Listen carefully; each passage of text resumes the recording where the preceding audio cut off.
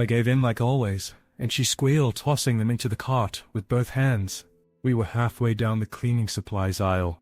It happened 2 years ago, but I still can't walk through that Target without feeling a chill.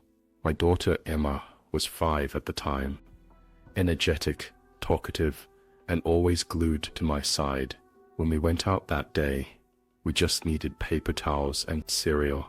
The trip should have taken 10 minutes, but it changed everything. It started normally. Emma sat in the cart, swinging her legs and humming while I pushed through the aisles. She begged me for the dinosaur gummies, the kind with the blue T-Rex on the box. When she asked to go to the toy section, I told her to stay close. She nodded and skipped beside me. I remember glancing away to grab a bottle of glass cleaner. When I turned back, she was gone. No response, just the faint hum of fluorescent lights and a woman chatting on speakerphone. A few aisles down, my chest got tight.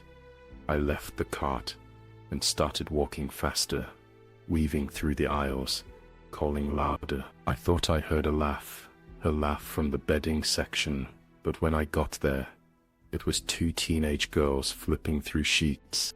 At first, I assumed she'd rounded the corner toward the toys. I called her name and walked briskly to the end of the aisle. Emma wasn't with them. I grabbed an employee near the customer service desk. I didn't want to cause panic, but I couldn't fake calm either. He asked what she looked like. We started describing her pink jacket, glitter shoes, messy ponytail, but my voice cracked halfway through. Within 5 minutes, the manager had called for a lockdown. All exits were monitored.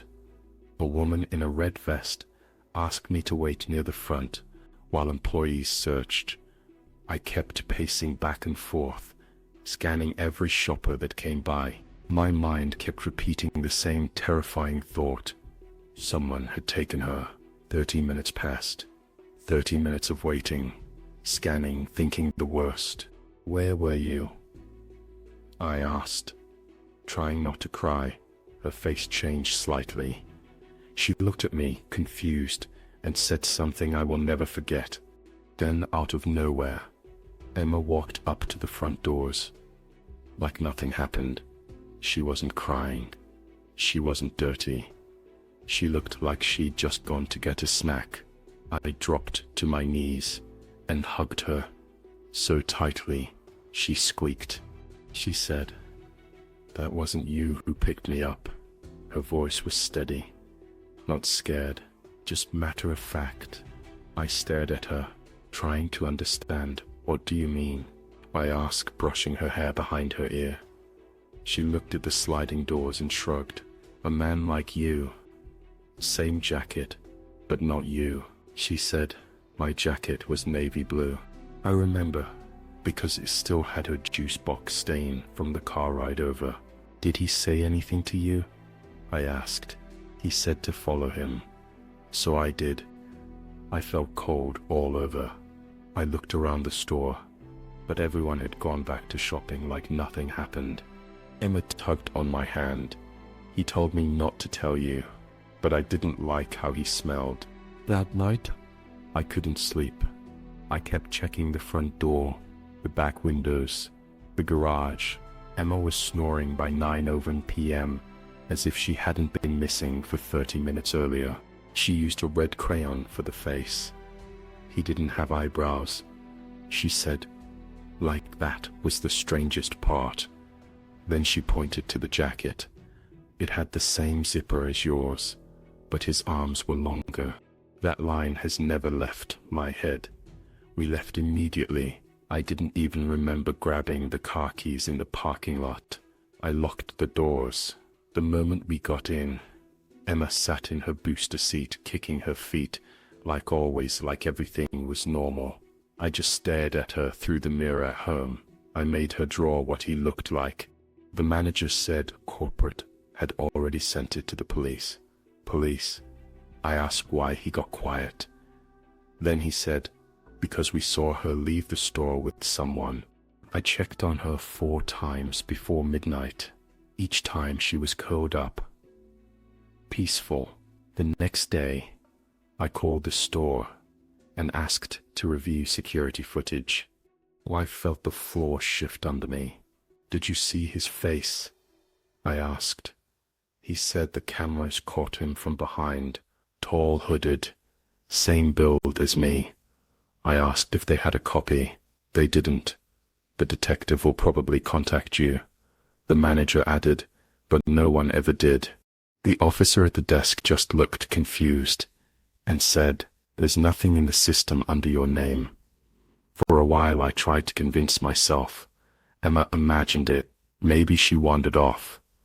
Maybe she mistook someone else in the store. But the way she said it wasn't, "You never left me." It wasn't fear in her voice. I never got a call, a visit, nothing I asked around. Even showed up to the station, but there was no record of any detective handling the footage. It was certainty. 3 weeks later, I found something stuffed in the back of Emma's closet.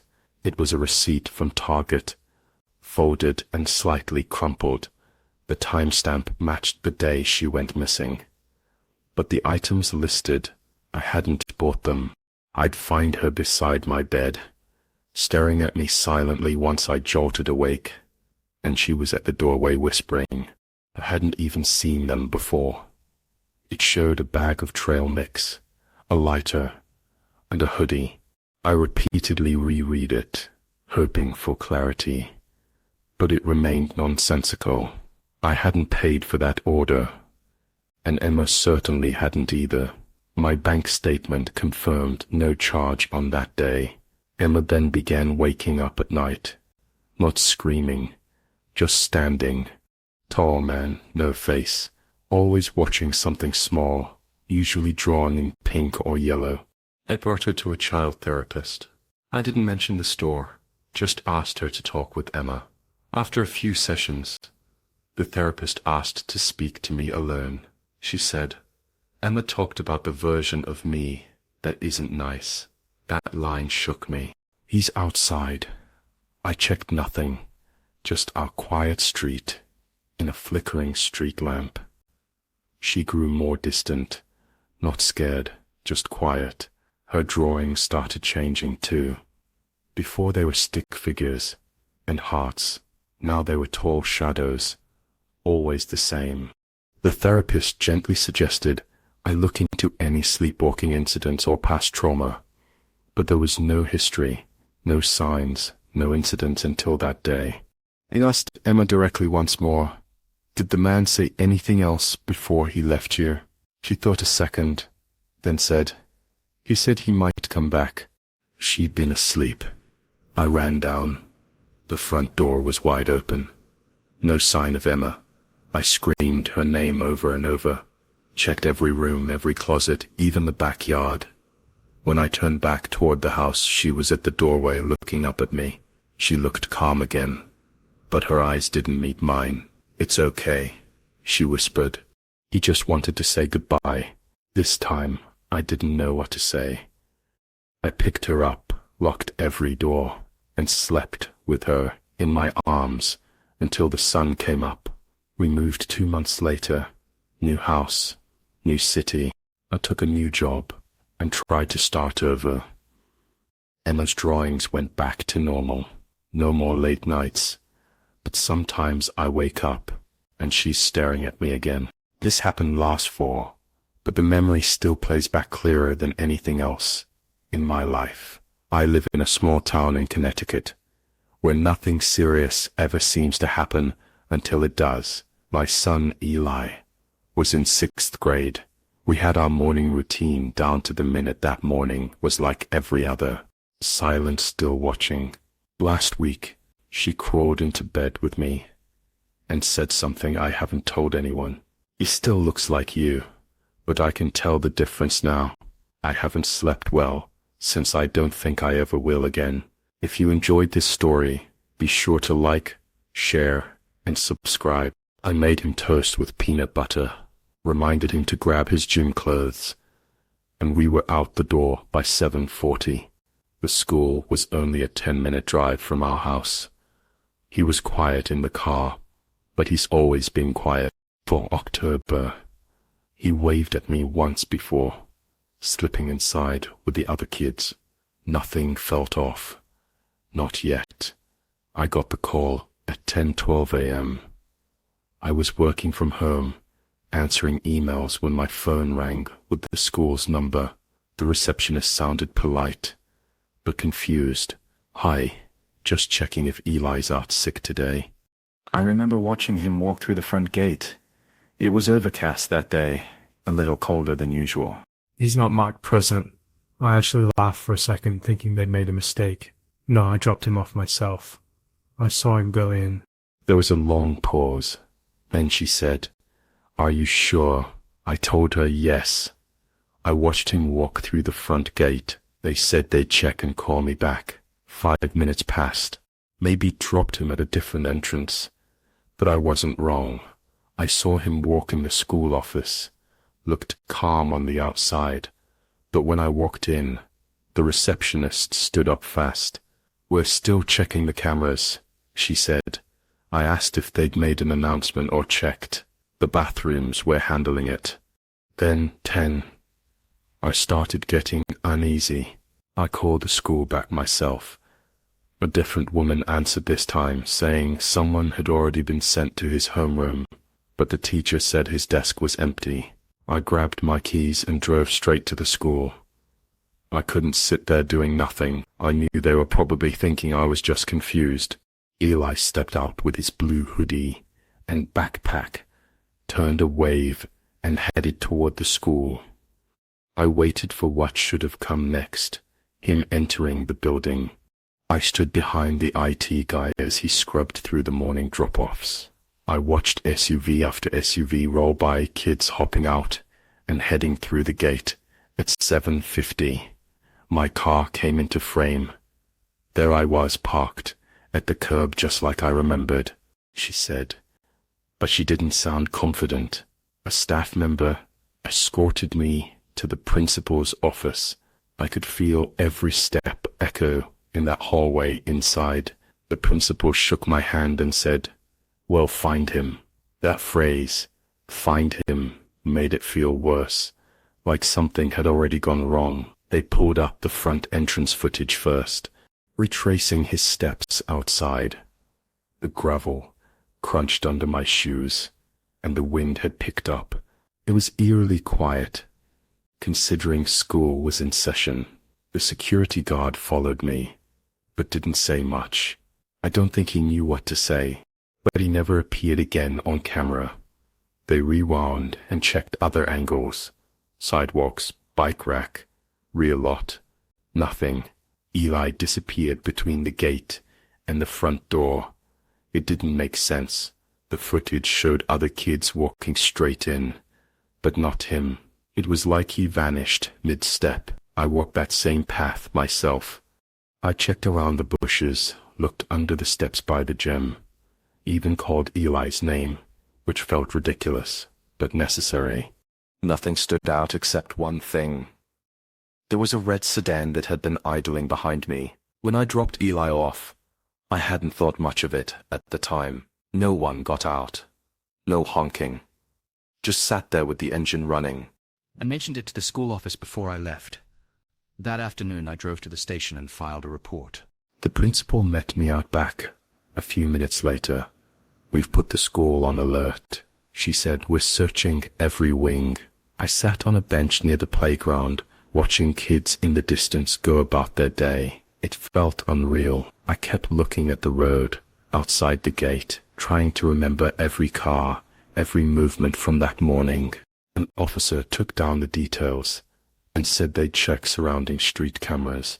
Could have just been another parent, he said, trying to sound reassuring. But I could tell even he wasn't convinced. I didn't sleep that night. My wife was out of town on a work trip, and I didn't tell her right away. I sat in Eli's room with the lights off, staring at his bed, hoping he'd walk through the door like it was all just a mix-up.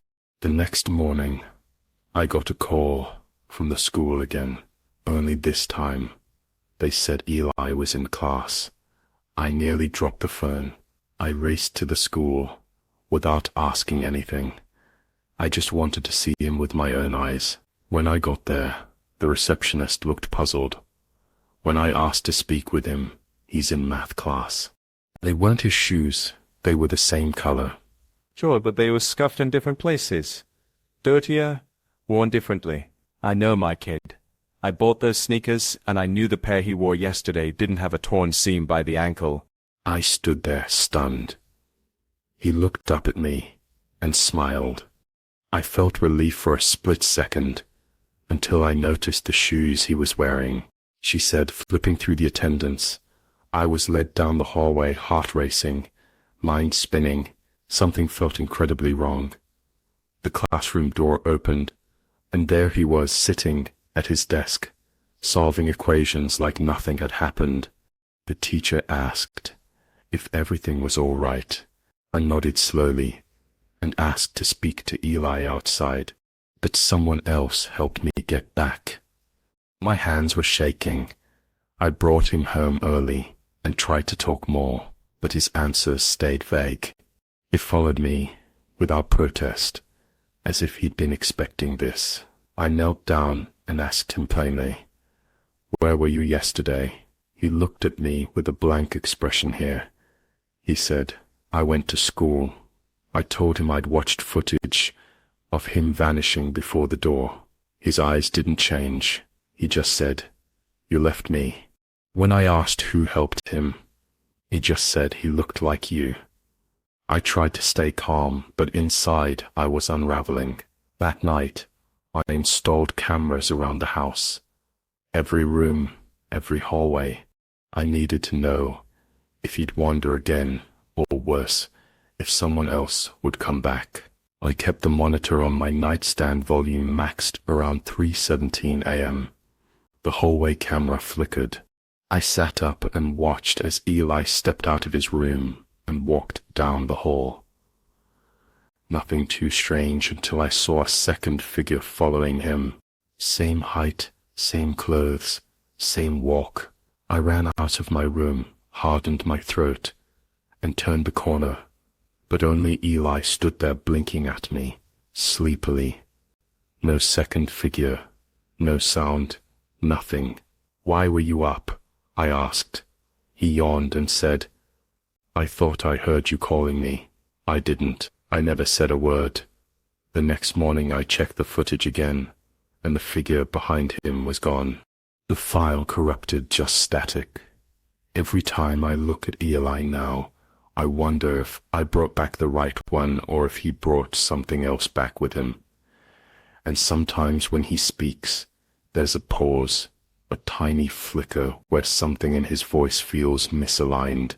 I don't know what walked through that school gate with my son, but I'm not sure I'll ever get my real child back. This happened last winter, a few weeks before Christmas. My wife and I live in a small craftsman house just outside Albany. Quiet neighborhood. Nothing ever really happens. It was our first year with the baby, and everything in life revolved around nap schedules and bottle warmers. Sleep was rare, silence was rare, but that week had been peaceful. That night, we went to bed early. It was around 10:15 when I turned off the TV and clicked off the hallway light. The room felt unusually still, like the air was heavier than usual. As I lay down, I remember saying out loud, "It's so weird not having her here." My wife mumbled something in agreement and rolled over. We dropped our daughter Riley off at her grandma's 2 days before. My wife had a work presentation in the city, and I was trying to fix our attic insulation during the break.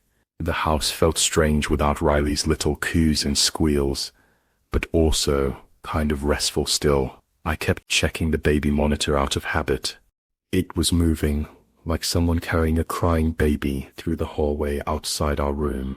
I looked at the baby monitor on the nightstand, even though I knew Riley wasn't home. The screen was black, powered off the cry, came again louder, now and closer. My wife sat up, her face pale. "Did you hear that?" she whispered. I was just starting to drift off when I heard it faint, but unmistakable. The sound of a baby crying coming from somewhere inside the house. I sat straight up. My first instinct was that it was a dream sound, like those weird half-hourly hallucinations. But the longer I sat there, the clearer it became. It wasn't muffled or distant. I actually wondered if somehow Riley had been dropped off without us knowing, but that thought vanished the moment I opened the door. The crying stopped instantly. The room was empty. Crib untouched, curtains still tied. I nodded, grabbed my phone for a flashlight, and slipped out of bed. The hallway was dark, but still no footsteps, no movement, just the soft echo of crying. Now, coming from the direction of Riley's nursery. It made no sense, but I walked toward it. The nursery door was slightly ajar. The sound was definitely inside my hand. Hesitated on the doorknob for a second. My wife kept her eyes on the hallway like she expected something to pass by. I kept the flashlight in my hand just in case. We didn't talk much.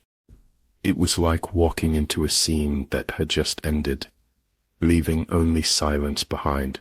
My wife came up behind me whispering, "What the hell is going on?" We stood there for a while just listening. Nothing. No rustling. No footsteps. No crying. I checked the window even though it was locked from the inside. The monitor was unplugged. We hadn't touched it since Riley left. That part really got to me back in bed. Neither of us could sleep. I kept going back to the sound. It wasn't just similar. It was exactly Riley's cry around 4. I walked the house again. Every room, every closet. I even opened the basement door. Riley had never been down there. Nothing.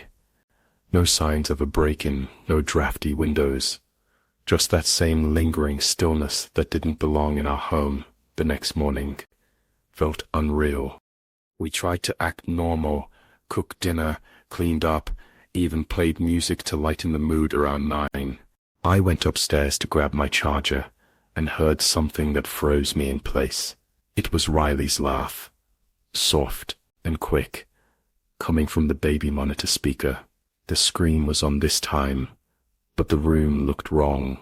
We both had that drained, foggy look, like we'd been through thing. But there was nothing to point to. I double-checked the baby monitor, even reset it. It powered on like normal, no glitches. I left it on out of habit that evening. The crib was slowly spinning, even though the window was shut tight. I reached up and touched it. No breeze. My wife wouldn't step into the room. She just said, "I want to leave." We didn't leave, but we did start sleeping with the hallway light on.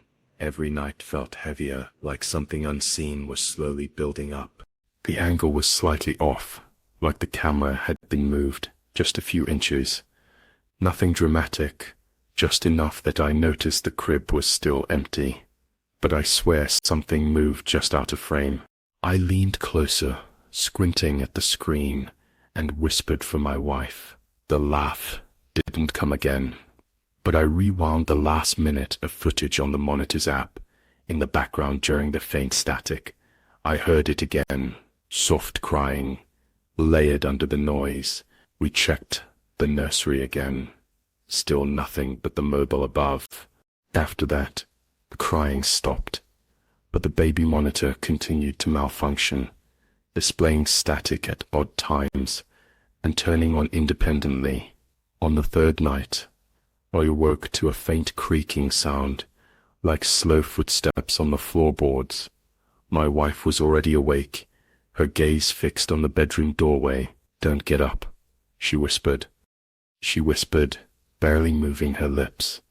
I ignored her and stepped into the hall. It was cold, colder than it should have been. I followed the creaking down to the nursery. The door was open this time. I hadn't left it like that. Inside the monitor, light glowed, faintly, My heart dropped. I stepped closer to the crib and flipped on the light. Nothing, completely empty, but the monitor still showed the shape lying there. I checked the angle, nothing blocking the lens. No tricks of light, just a quiet, empty crib in front of me, and something else showing up through the camera. We needed time to think something was wrong with the house. Not haunted, but off like a memory that had warped. I backed out slowly, keeping my eyes on the screen until it blinked to black again. We both agreed. Riley wasn't coming back to this house. We called her grandma the next morning and said we'd pick her up a few days later. 2 nights later, it all stopped. No crying, no movement. The monitor stayed off. It was like whatever had settled in the house had either finished something or got bored. But I kept thinking about how exact the cries were, not just a baby sound. Riley had slept well, eaten well, no issues, but the first night back, as we were putting her to bed, she reached up toward the corner of her room and pointed. That's where the other May was. I froze. My wife just stood there pale. I knelt down and asked her softly, "What do you mean?" Ray looked at me like it was the simplest thing in the world. Riley's. The week after we picked her up, her grandma said everything had been fine. My wife and I both worked remote, so we were home a lot. Our daughter, Lily, had started talking to an imaginary friend named Ren. We didn't think much of it. A lot of kids make someone up when they're bored or lonely. This happened 3 years ago when my daughter was 5. It's hard to explain why I never talked about it before. Maybe because saying it out loud would make it feel more real.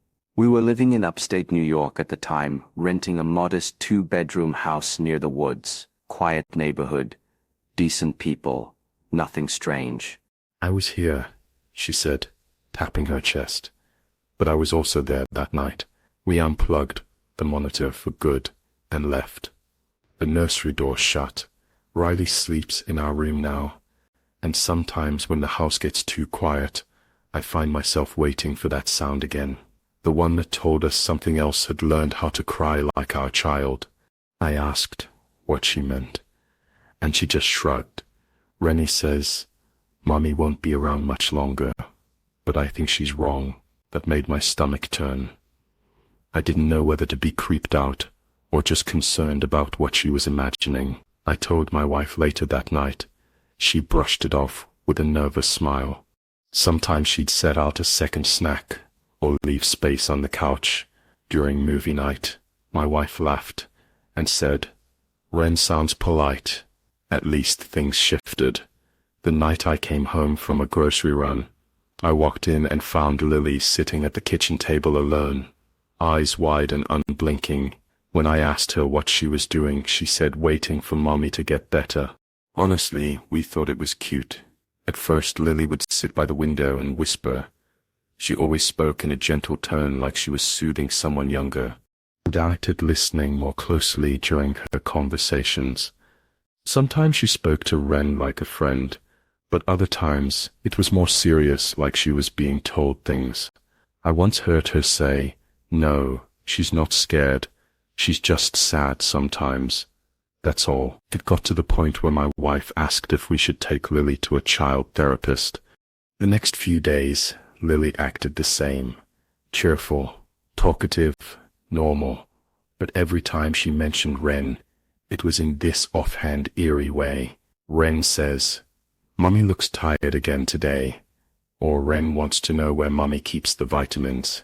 Kids say weird stuff, she said, but I could tell it bothered her.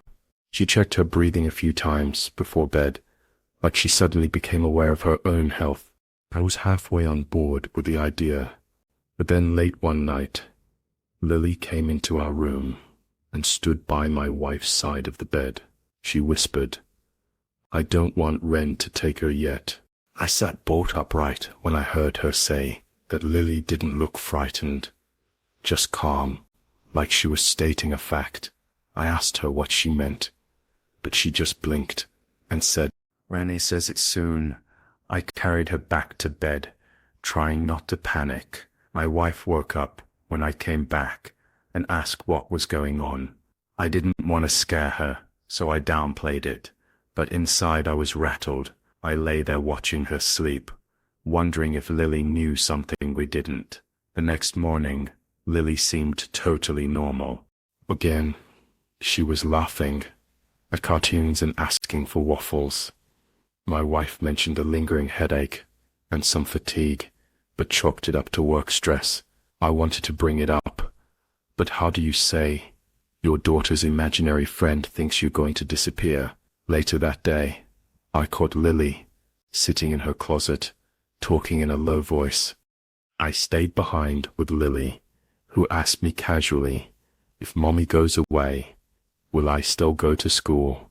I couldn't answer right away. I asked her what Ren had been saying lately. Lily poked at her food and said, she says grown-ups are stubborn. They never want to believe it's coming. But Ren says, it'll hurt less if you stop pretending. I stepped into the hallway and saw Lily at the end of it, just standing there. Her face looked blank, like she wasn't really awake. That night I couldn't sleep again. I sat on the edge of our bed while my wife slept, scrolling through forums and articles about imaginary friends. Most of it was harmless, typical child psychology stuff, but some stories, they started to feel uncomfortably familiar. The idea that kids are more open to things, more sensitive to shifts in energy. Even other presences kept coming up. I hated that I was even entertaining it, but everything Lily had been saying was getting under my skin. She wasn't just playing anymore.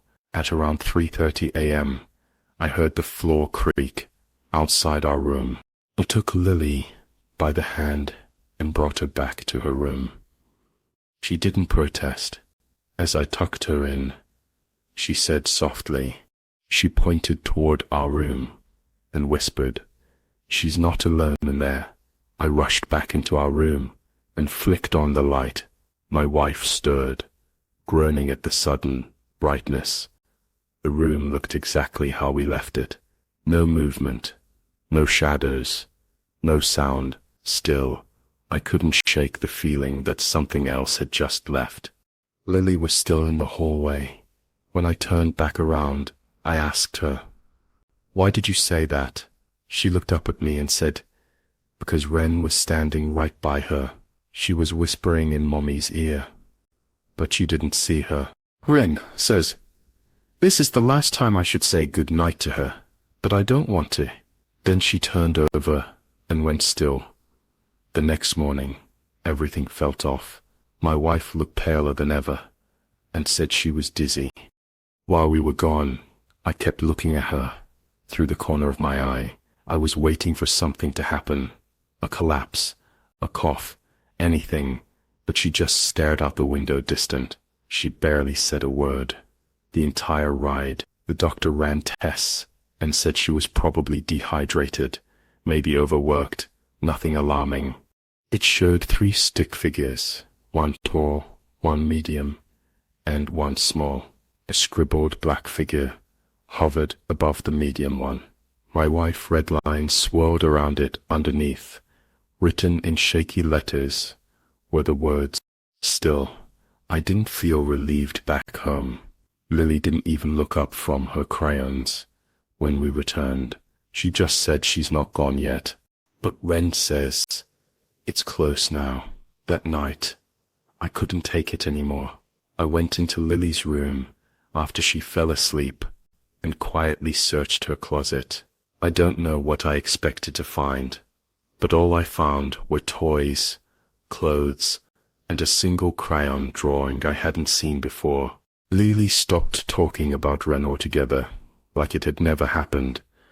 But sometimes I catch her staring at corners again, and sometimes my wife jolts awake in the middle of the night with tears in her eyes, saying she heard someone whispering in her sleep, Ren is taking Mommy.